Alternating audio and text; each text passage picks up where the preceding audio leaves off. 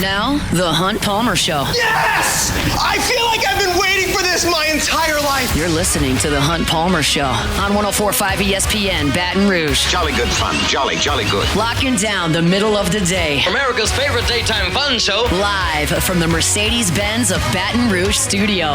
This is Hunt Palmer.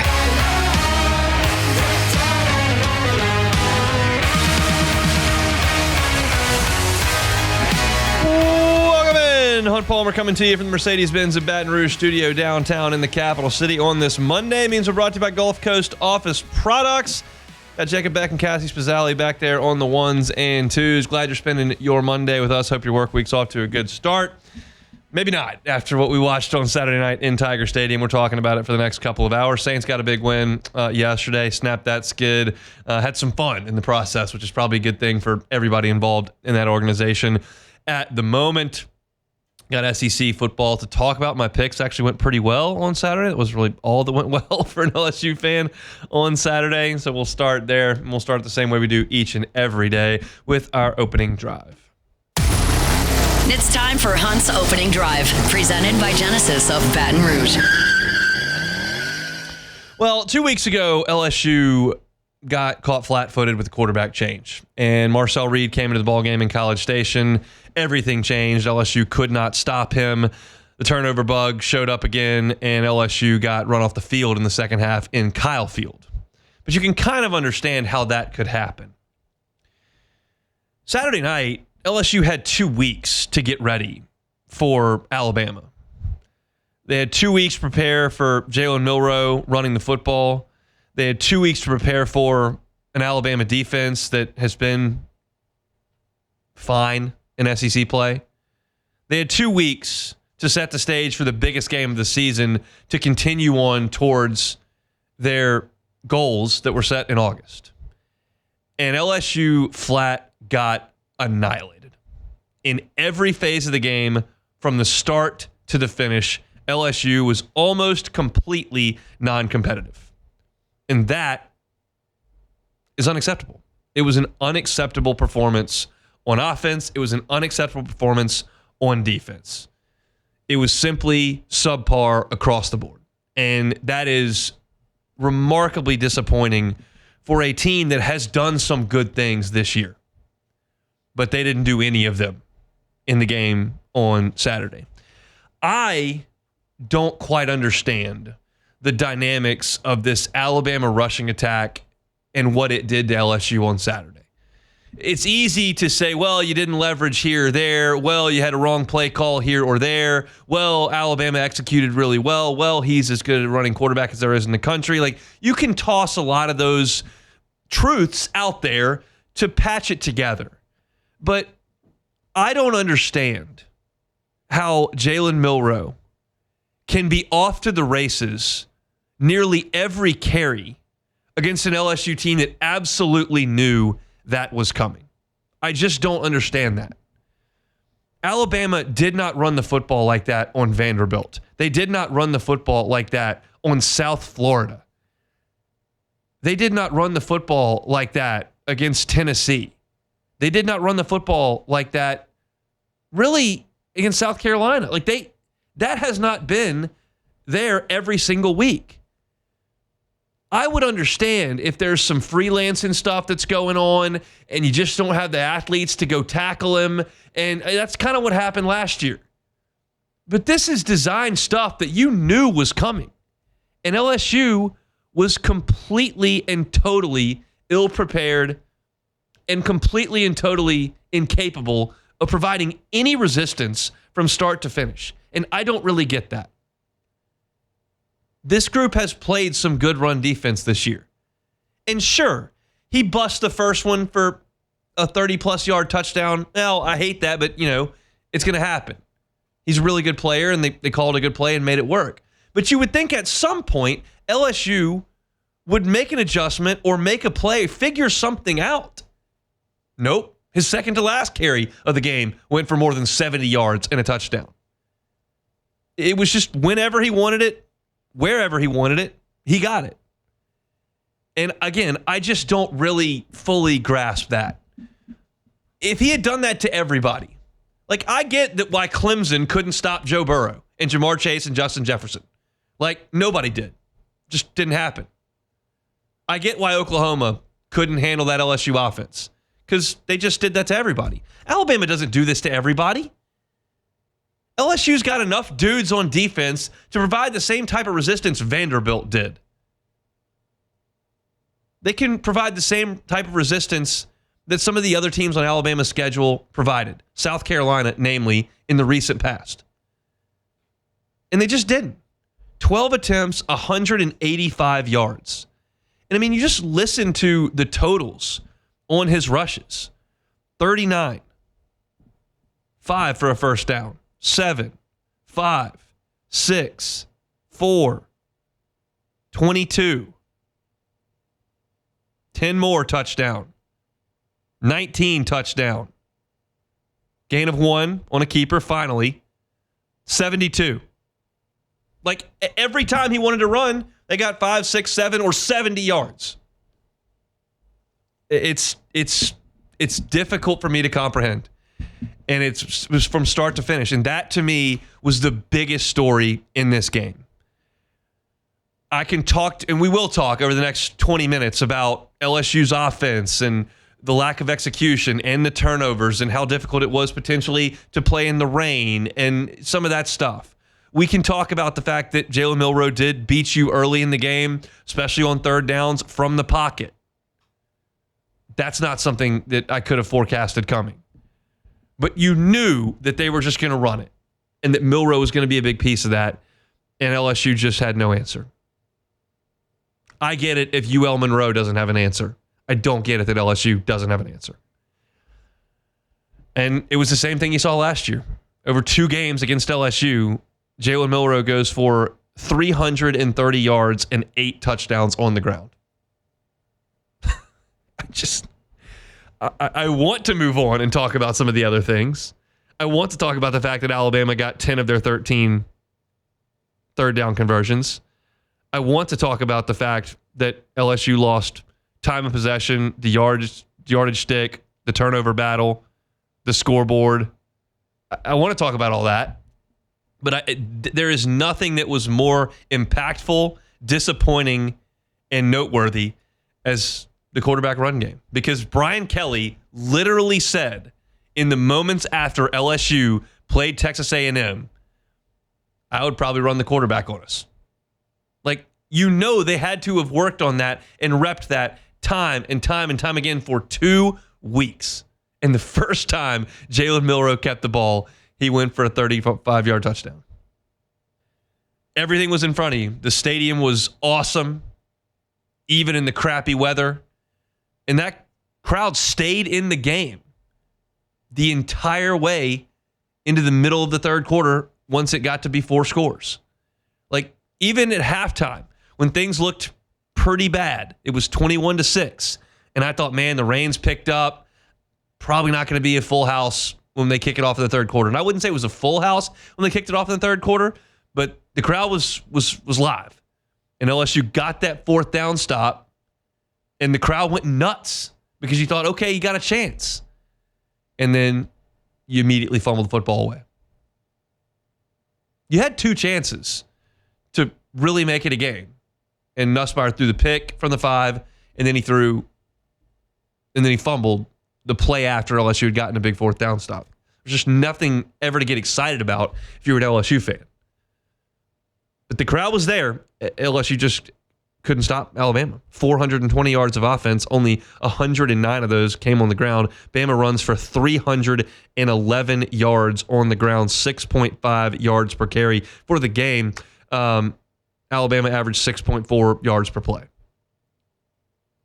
It really looked like at a time, really 2 weeks ago, that LSU had what looked to be a competitive playoff-bound team.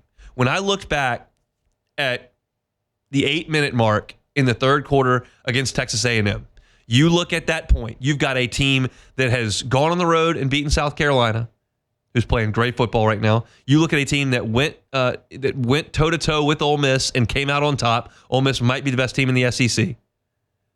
and you had a team that was on the road in Kyle Field, taking on a top 15 opponent with first place in the SEC on the line and was dominating that football game. That's where we were midway through the third quarter 2 weeks ago. And since that point, you lost 31-6 to Texas A&M and 42-13 to Alabama. That's 73-19. You've been outscored over those 6 quarters.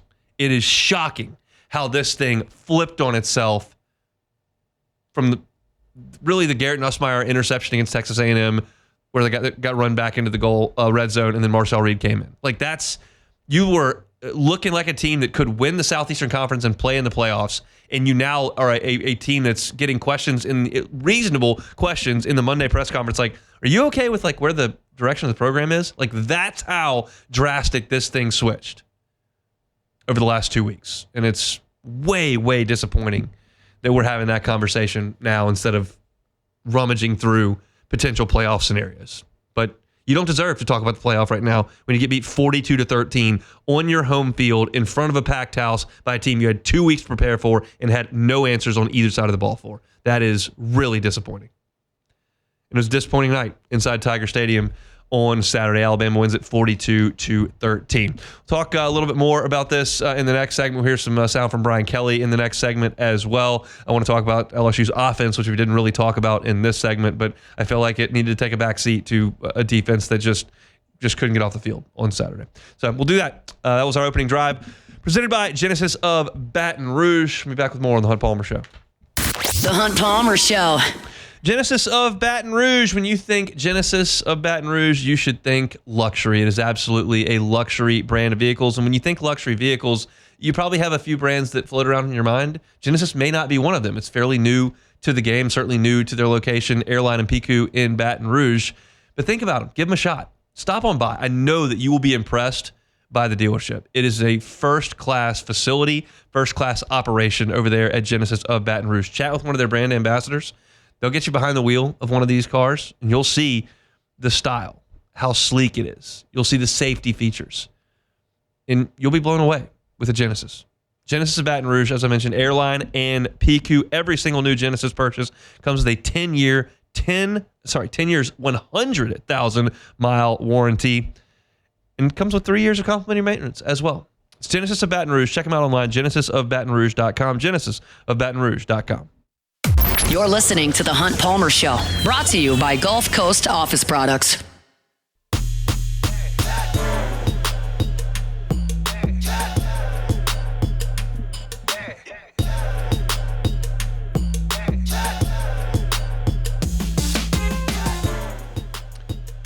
All right, moving along here, Monday edition of the Hunt Palmer Show. Hope your work week's off to a good start. Talking Tigers and Tide from Saturday night. Disappointing performance all around from LSU. And Brian Kelly said after the game that LSU did not live up to its standard. It's number 4 back if we could play that, and I think everyone would generally agree with that assessment.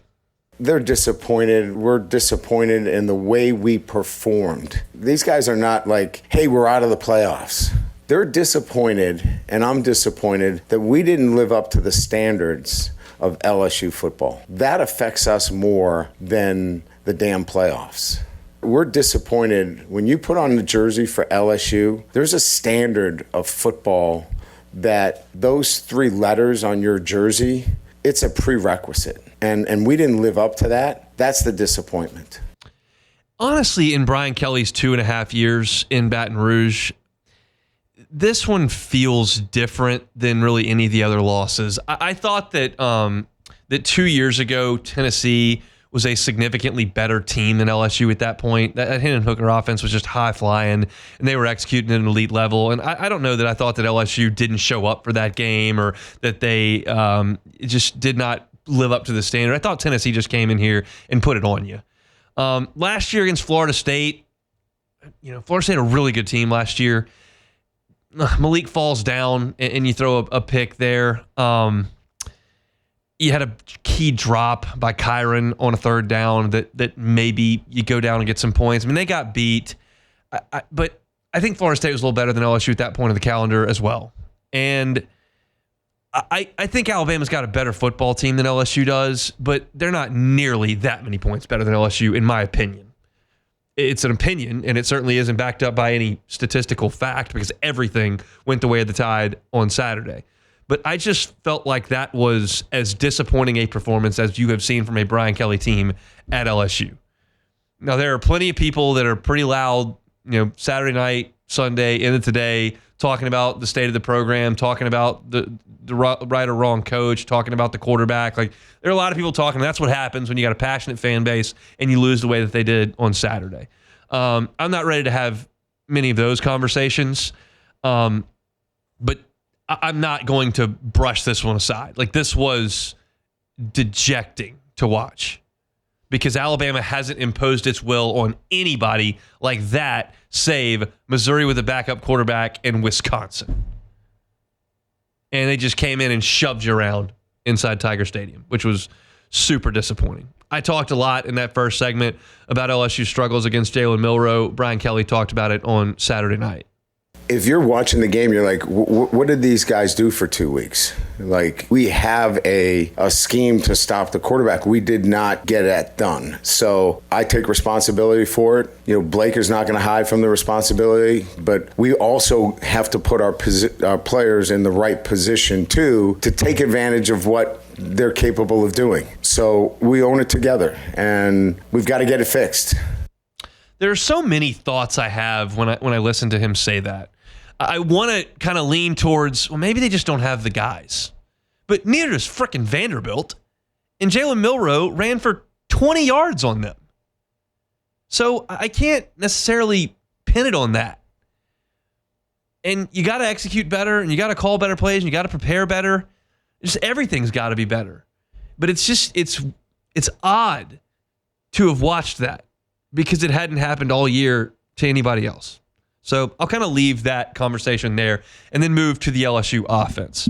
A lot of people were disappointed in the play calling early in the game. I got that on Twitter. We got that in our post-game show. I've had conversations with people who are LSU fans since that time. A lot of people were uncomfortable with the way that the play calling rolled out in the first half. And it was very high percentage. It was a lot of throws around the line of scrimmage. They didn't stretch the field a ton. And I'll be pretty candid about my feelings on that.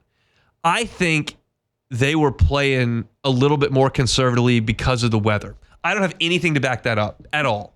It's just my opinion. Being in Tiger Stadium, now I was in the comfy, cozy press box. I wasn't braving the elements with a lot of you, but I could watch it and I could see the rain. And LSU likes to throw the ball down the field. I mean, you saw the Ole Miss game. I had the numbers at one point. I think they threw 17 passes that went at least 15 or 20 yards. I mean, they were stretching the field like crazy in the Ole Miss game.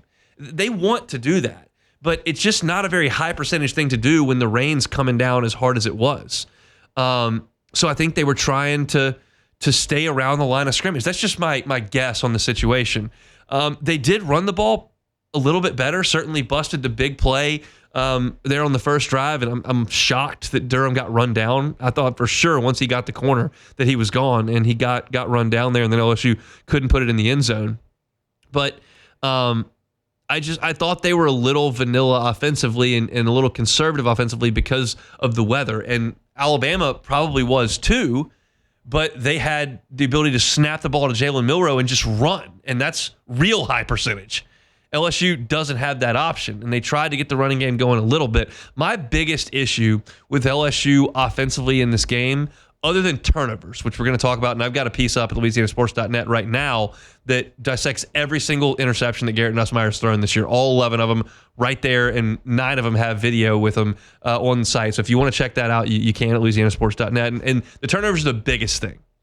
But Brian Kelly was asked about this at the press conference today and didn't have a firm answer because the question wasn't necessarily as specific as he wanted it.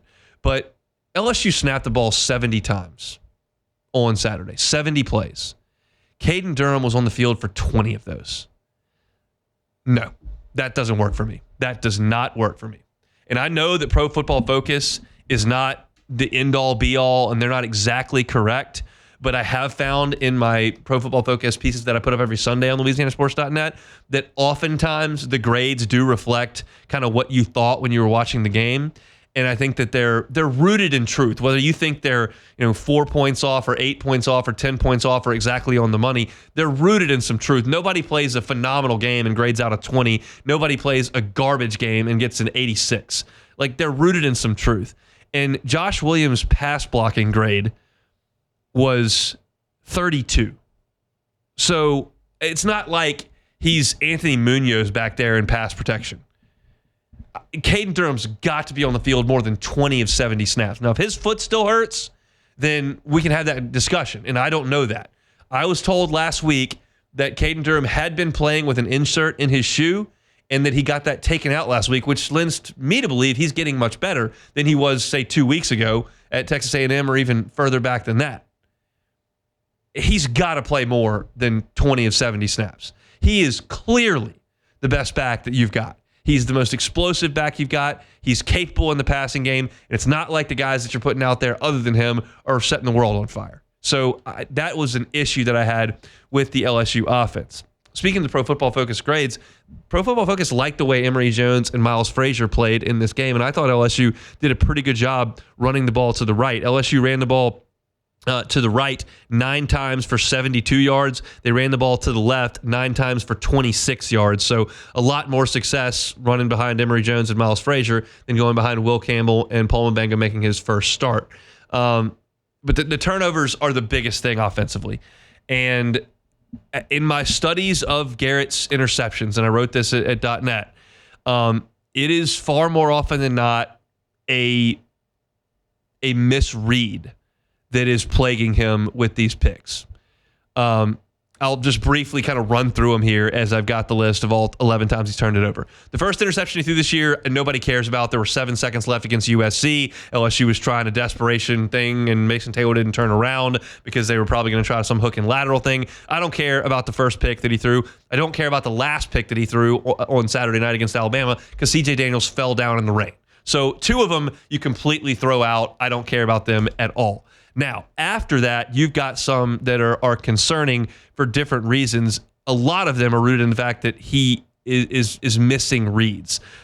He's thrown 2 interceptions down in the red zone that have badly hurt. Of course, the one against Alabama in the game on Saturday, they were on the 5-yard line, 2nd and goal, and he throws it right into the hands of a safety who was going with one receiver and then stepped in front of another, and he just didn't see that guy. The other red zone interception was in the end zone against South Carolina when he got hit, and they called it back for the touchdown, but South Carolina still got to keep the football. Those 2 red zone mistakes, he's just not seeing one of the guys that's in front of him there. Only 1 interception all year long has come because he got too much pressure on him, and they got the ball got tipped. It was the first interception that he threw against Ole Miss. They got pressure, tipped ball, and Ole Miss ran it down inside the red zone. There are 2 where I think that he just never saw a guy. One was against South Alabama. It was an interception that he threw in the second half of that game. He thought he had Lacey on an in-breaking route, and then there was a safety that was there, and he just didn't see him, threw it right to the safety. The other one was the last interception against Texas A&M, where he tried to dump it off real short to Durham, and he didn't see Torian York, who was rushing, peel back, and he just never saw the guy. And then there are the ones that you just cannot have, that they've got to limit, and it's the bad decisions. That are 2 that you saw against Ole Miss and Texas A&M. The Ole Miss first interception where LSU had just gotten the pick by Zy Alexander in the end zone, and then he threw that pop fly into double coverage down the left sideline right into the hands of Ole Miss. Can't have that. And then you had the one in College Station that started the disaster where LSU was leading by 10. He rolled left and then tried to throw it back across his body. Those have to be cleaned up. So there's a mixed bag of everything that he's doing right now. I think that in time, you will be able to eliminate those terrible decisions. The question is, are you going to be able to eliminate when he doesn't see defenders?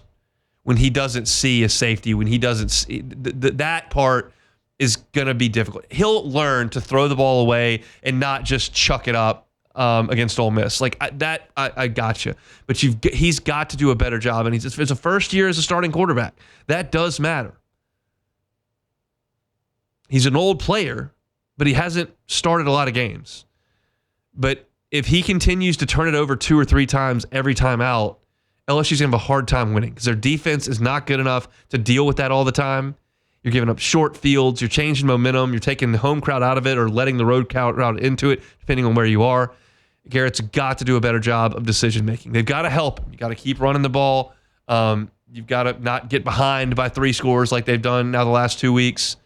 But he's got to clean up the interceptions. And I wrote about that over at LouisianaSports.net. You can go check that out. All right, let's switch gears from LSU and Alabama. Really, really disappointing night in Tiger Stadium. Let's go to Saints and Falcons. Coach Rizzi got a win yesterday in the Dome. We'll talk about that next. The Hunt Palmer Show. Got to make LeBair's Baton Rouge your game day headquarters this season. They've got the biggest screens around, and now you can bet and dine at ESPN Bet in person. It's an awesome place to watch the football. LSU is out of town in Gainesville this coming weekend, so if you're looking for somewhere to watch, ESPN Bet's an awesome place there in LeBair's Baton Rouge. Plus, got an opportunity to sign up for the Cover 5 SEC contest. Season-long contest, probably a little bit too much for you at this point. But if you like to compete against me and a lot of our listeners looking for something fun to do this weekend, check it out. Download the Cover 5 app, enter the code LABRSEC24, pick 5 SEC games, and see how you stack up. You can win weekly prizes every single week. If you're not a member, get the Pin Play app today. LeBair's Baton Rouge, your live sports headquarters. Must be 21 years or older. Gambling problem? Call 1-800-589-9966 for help. This is the Hunt Palmer Show, brought to you by Gulf Coast Office Products.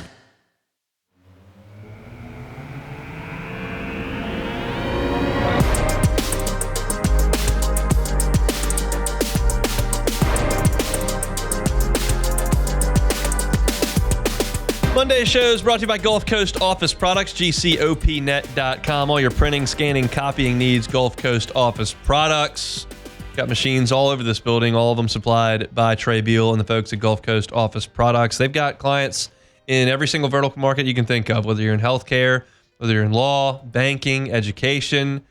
No matter what you do, Gulf Coast Office Products has clients in your line of work, and they know the needs of each individual vertical as far as printing, scanning, copying goes. They can get you in the machines that you need to make sure that you're running as efficiently as you can be. And if there are ever any issues, they've got enough manpower. They can be there very, very quickly to make sure you are up and running. It's Gulf Coast Office Products, Baton Rouge Business Report, rated them number 1 as far as office suppliers in the city of Baton Rouge or statewide, wherever you are in the state. Give them a call. Gulf Coast Office Products, GCOPnet.com. Really good day for the Saints yesterday. I thought the New Orleans Saints played a really good football game against a good football team in the Atlanta Falcons on Sunday. That's an Atlanta team that has played well, that has an offense that's been humming pretty good. It's got a veteran quarterback and a defense that has its issues but does have some playmakers. And the Saints didn't torch them, although it looked like they were off to a good start there with the long Taysom touchdown, which would have been nice for my fantasy team, by the way. Instead, it got called back for a penalty, but they just kept plugging along. And you take a 17-7 lead at halftime, and you didn't light it up in the second half, but your defense, which has been buckling for over a month now, showed up and got the stops they needed. Big pick by Tyrann Mathieu, a big 4th down stop at the end there, and the Saints get a 20-17 win. I generally, because we cover the Saints on the professional side and we cover LSU and the SEC on the college perspective, I generally lean more to the emotional side of things with college football because it feels like college kids are a little more volatile. You've got the field rushing, and college kids generally have bigger emotional swings than 29-year-old pros. So I don't spend a lot of time focusing on the headspace of the Saints or their opponents. I just assume they're going to show up ready to play every week. We're talking about, LSU's coming off a bye against Ole Miss, who played a physical game. We're talking about Arkansas coming off a bye, getting LSU coming to Fayetteville after LSU got a big win where they stormed the field. We're talking about, LSU and Texas A&M and the emotion of one team coming off a bye there. Like there's a lot of things that we dissect from the LSU side with emotions and spots on the schedule.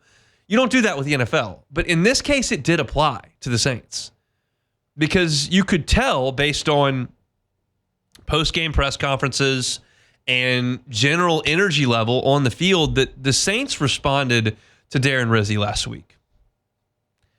And it's evident that Dennis Allen had lost his locker room. And we talked about it last week, and we kind of surmised that But that was mainly based on the reaction to Allen's termination. Then you see the effort those guys played with yesterday, and you're like, oh, that further crystallizes what we thought. Like they had enough. And I don't know how long you can ride that wave of emotion.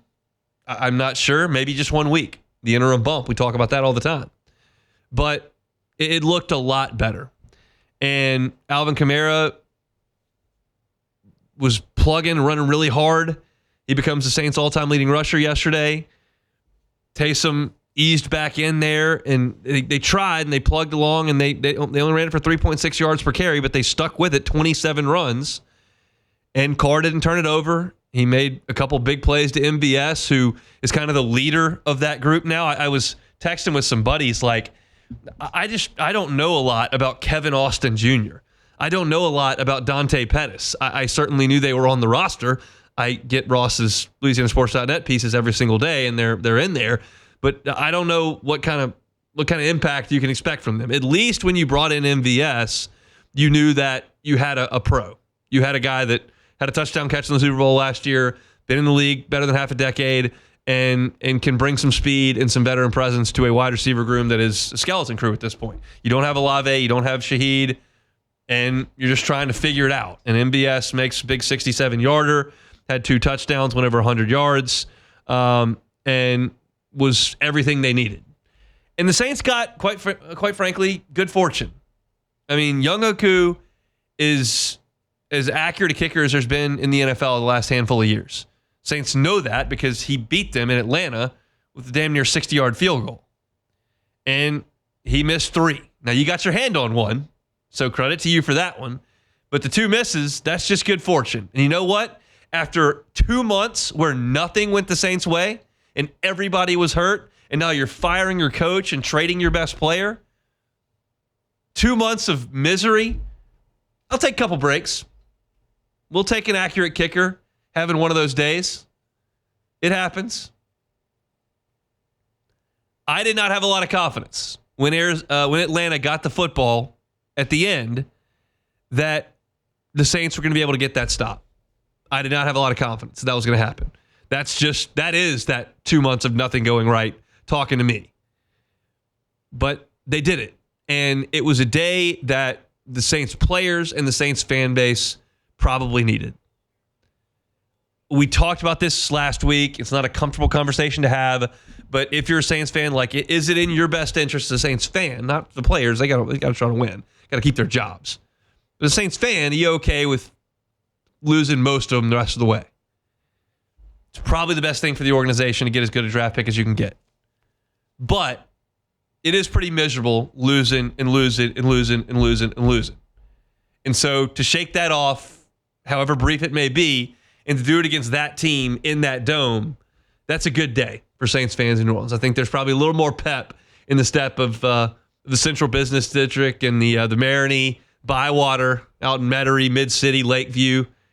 I think there's a little bit more pep in the step of Saints fans today after beating the Falcons, knocking them down a peg, down to 6-4. You're still 3-7. You're still on a fast track to nowhere this year, but that's not a conversation for today. The conversation for today is great energy, great enthusiasm, great effort. Offense did what it needed to do, made a couple of big plays, committed to the run game, got those 17 points in the second quarter, and the defense, when they had to, slammed the door in the fourth quarter, creating turnovers, getting the stops, and doing enough to beat the Atlanta Falcons inside the dome. That was a good day for Saints fans, one they desperately needed. Now you turn around and Cleveland comes to the dome, and hopefully you can get a little bit healthier and get some of these receivers a little bit more seasoning. But great win, great energy, great vibes. Alvin Kamara gets his Saints rushing record. Good day for Saints fans. Didn't start off very well for Darren Rizzi. If you missed that press conference, there's some quality stuff. Asked kind of what he did to start the day. He's like, well, I'm pretty transparent. Came in today and clogged the toilet up. Like that's the first thing he said when he's asked about his first game day as the head coach. But after that, it got better. And the Saints get that win over the Dirty Birds in the Dome. If you're looking for Saints coverage, you can always find it on LouisianaSports.net, where Ross Jackson's got it, or, of course, on YouTube with us, Hunt on Saints. Subscribe to the channel. You get all your Saints news right there to your feed when you subscribe to Hunt on Saints. When we come back, let's leave football together. LSU basketball was on the hardwood last night in the PMAC. Got a little hairy. I'll tell you why and what I saw from the Tigers against Alabama State. That's next. The Hunt Palmer Show. Evolve Physical Therapy and Sports. EvolvePT.com is the website. If you're in pain, Robbie Bolton is the guy you've got to go see. He and his team are fantastic. They are hands-on, and they will make sure that pain is gone and that you are back to being your active self. That can mean a lot of different things. That can mean youth athletics. That can mean back out on the golf course. That can mean back to working out. That can be back to just moving around day to day without dealing with that back pain, that neck pain, that knee pain that you've got. If your physical therapy has not produced the results that you're desiring, go to Evolve Physical Therapy and Sports. They will make sure that happens. Dry needling, cupping, scraping, soft tissue manipulation. They got you covered at Evolve Physical Therapy and Sports. Robbie Bolton's been at it for nearly 2 decades. It's got professional athletes that come see him. They make good living with their bodies. They trust Robbie Bolton. You should as well. It's Evolve Physical Therapy and Sports, EvolvePT.com. You're listening to The Hunt Palmer Show, brought to you by Gulf Coast Office Products.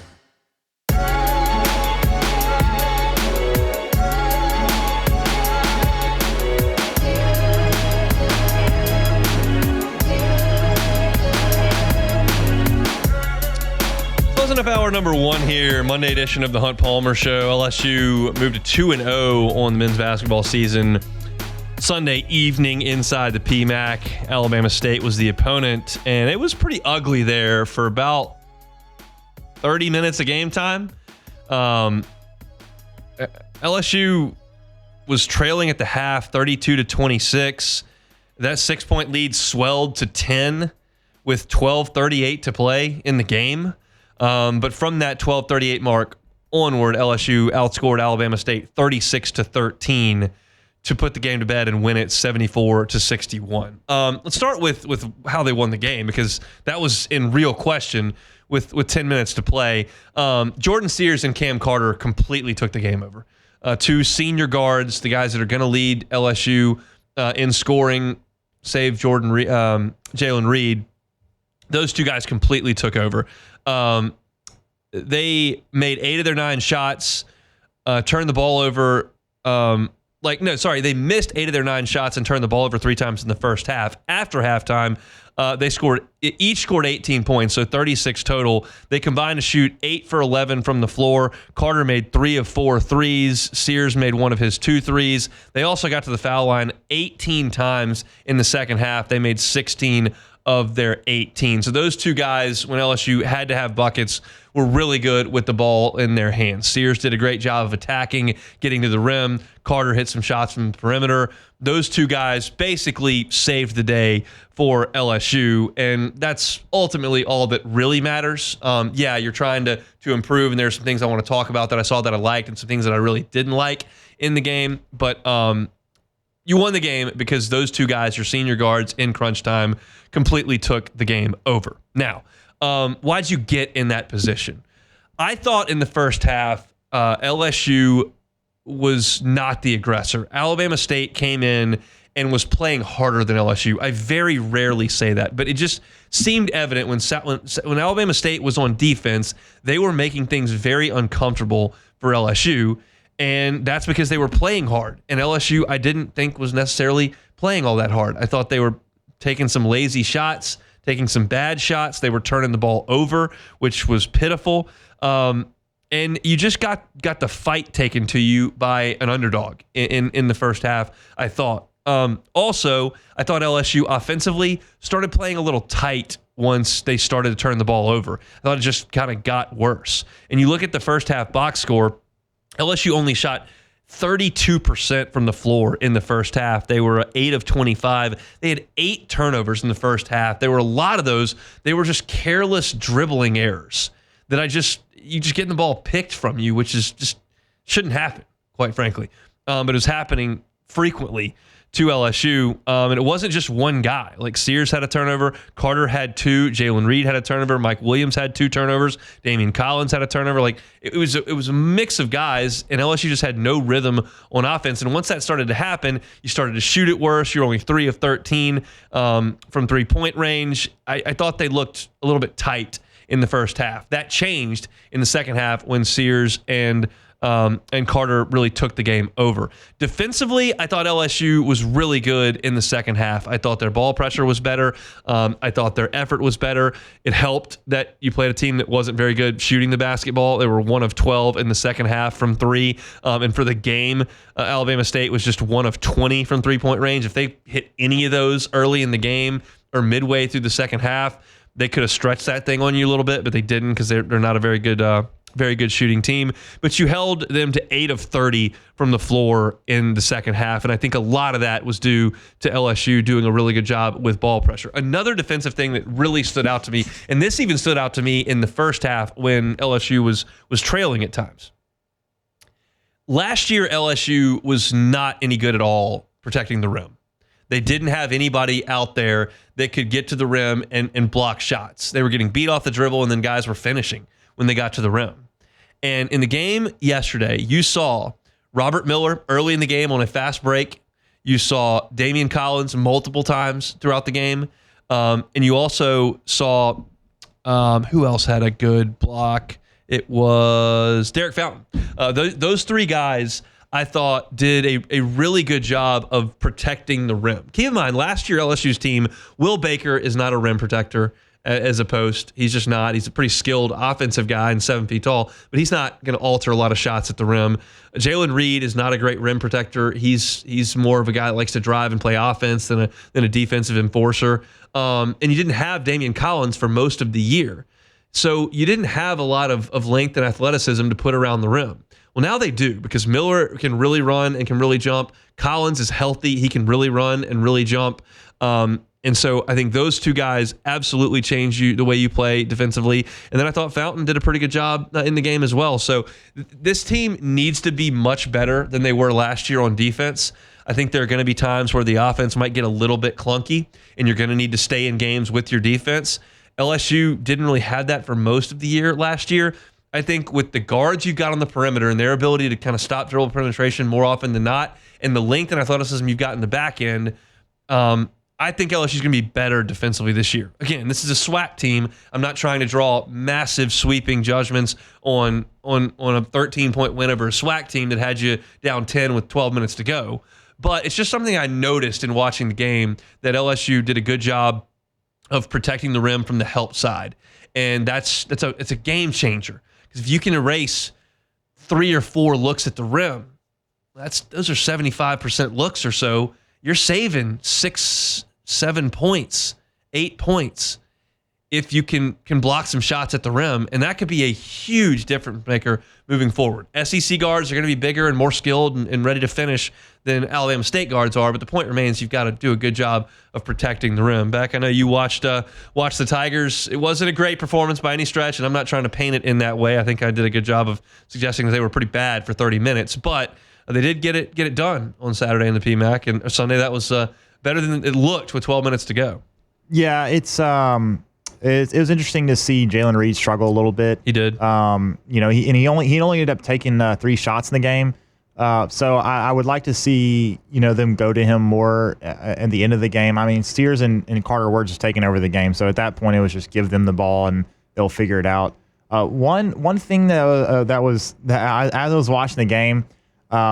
And watching Sears and the way he plays, like, man, he really reminds me of Anthony Hickey. Yeah. They have similar stature, similar hair, and the way they play. But man, he looks the part. I got to ask. Well, give me a comp for somebody that likes LSU basketball, but they certainly don't know who they sign in the portal. They just wait till they see him on TV. Tell me who a comp for this Sears guy? And I said it's basically like Hickey. Yeah. I think he's a little better, but I think that's basically what you're looking at. Yeah, and speaking of transfers, Jai Bailey is not going to make many highlight reels, but if you look at his box score every night, you're going to go, oh, Like, you didn't even really notice him in the game on Sunday. 15 points, 7 rebounds, 4 assists, only 1 turnover. Also added a steal. He was plus 16 in the game. Like, he's going to do that most nights because he's not going to make threes. He's not going to throw down thunderous dunks more often than not. He's just going to grab a few rebounds, make a couple of shots, make a couple of layups, shoot some free throws, and alter some shots on defense, and then he'll stuff the stat sheet, and you won't really notice he was out there. Yeah, that's a guy that LSU needs, and they haven't really had the last few years. So that he's going to be a big part of this team. Maybe not always scoring wise, but very important to the overall success, though, for sure. I think a lot of folks who watched LSU and paid attention to basketball for the first time on Thursday in the opener, probably. Or Wednesday in the opener, probably were like, oh, this Curtis Givens, he's going to play a lot. He made 3 threes, and he played most of the first half, and that was because Sears was in foul trouble. You saw Givens, he got sped up big time last night. He turned the ball over. He only played 11 minutes, and a lot of that was in the first half. He turned the ball over twice. They were obvious turnovers where he wasn't paying attention closely enough, and Alabama State just picked him. He missed his 4 shots. 2 of them were threes.